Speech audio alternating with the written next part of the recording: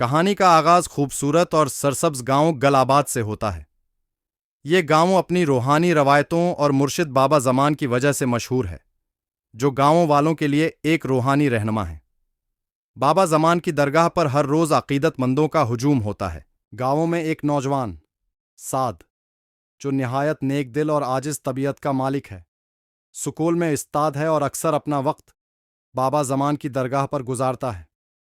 اس کی عاجزی اور خلوص نے اسے نہ صرف گاؤں والوں بلکہ خود بابا زمان کا بھی لاڈلا بنا دیا ہے۔ سعد کی زندگی اس وقت بدل جاتی ہے جب وہ شہر کی ایک خوبصورت اور ضدی لڑکی زارا سے ملتا ہے، جو گاؤں کی سادگی اور سکون کی تلاش میں یہاں آتی ہے۔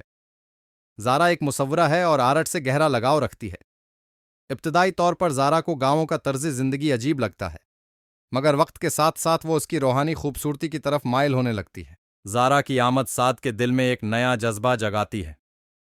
دونوں کی زندگیوں اور پس منظر میں واضح فرق ہونے کے باوجود، سعد زارا کی آزادی اور فنون لطیفہ سے متاثر ہوتا ہے۔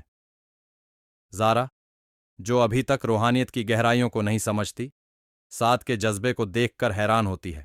وقت کے ساتھ زارا بابا زمان کی محفلوں میں شرکت کرنا شروع کر دیتی ہے، جہاں اسے صوفی عزم اور عشق حقیقی کے بارے میں سیکھنے کا موقع ملتا ہے۔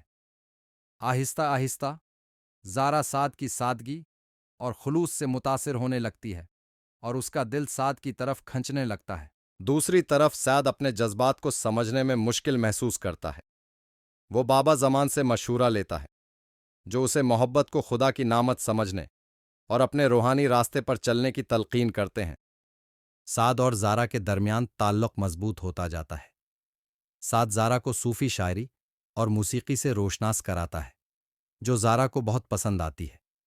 وہ دونوں صوفی مزارات کا دورہ کرتے ہیں، روحانی باتیں کرتے ہیں اور ایک دوسرے کے قریب آتے جاتے ہیں۔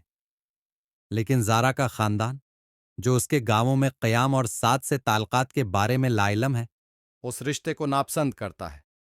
وہ زارا کو واپس شہر آنے اور اپنی پرانی زندگی میں لوٹنے کے لیے مجبور کرتے ہیں۔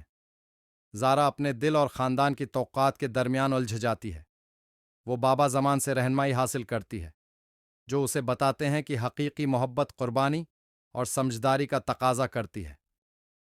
وہ اسے یاد دلاتے ہیں کہ محبت اور روحانیت کا راستہ کبھی آسان نہیں ہوتا، مگر ہمیشہ کامیابی عطا کرتا ہے۔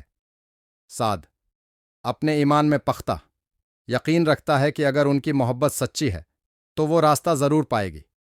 وہ زارا کی حمایت کرتا رہتا ہے اور اس سے اپنے دل کی سننے کی تلقین کرتا ہے۔ ڈرامے کے آخری موڑ میں زارا فیصلہ کرتی ہے کہ وہ گاؤں میں رہے گی اور سادگی اور روحانیت کو اپنائے گی۔ اس کا خاندان اس کی لگن اور مثبت تبدیلی دیکھ کر آخرکار ان کے رشتے کی اجازت دے دیتا ہے۔ ڈرامے کا اختتام ایک خوبصورت صوفی شادی کے ساتھ ہوتا ہے، جس میں سعد اور زارا کی محبت اور دو مختلف دنیاؤں کا ملاپ منایا جاتا ہے۔ گاؤں والے خوشی سے جھوم اٹھتے ہیں اور بابا زمان جوڑے کو دعا دیتے ہیں، یاد دلاتے ہیں کہ ان کی محبت ایمان اور عقیدت کی طاقت کا ثبوت ہے۔ آخری منظر میں سعد اور زارا بابا زمان کی درگاہ پر کھڑے ہاتھ میں ہاتھ ڈالے دعا مانگ رہے ہیں۔ گل آباد گاؤں اپنی روحانی وراثت کے ساتھ ان کی محبت، ایمان اور تبدیلی کے سفر کا گواہ ہے۔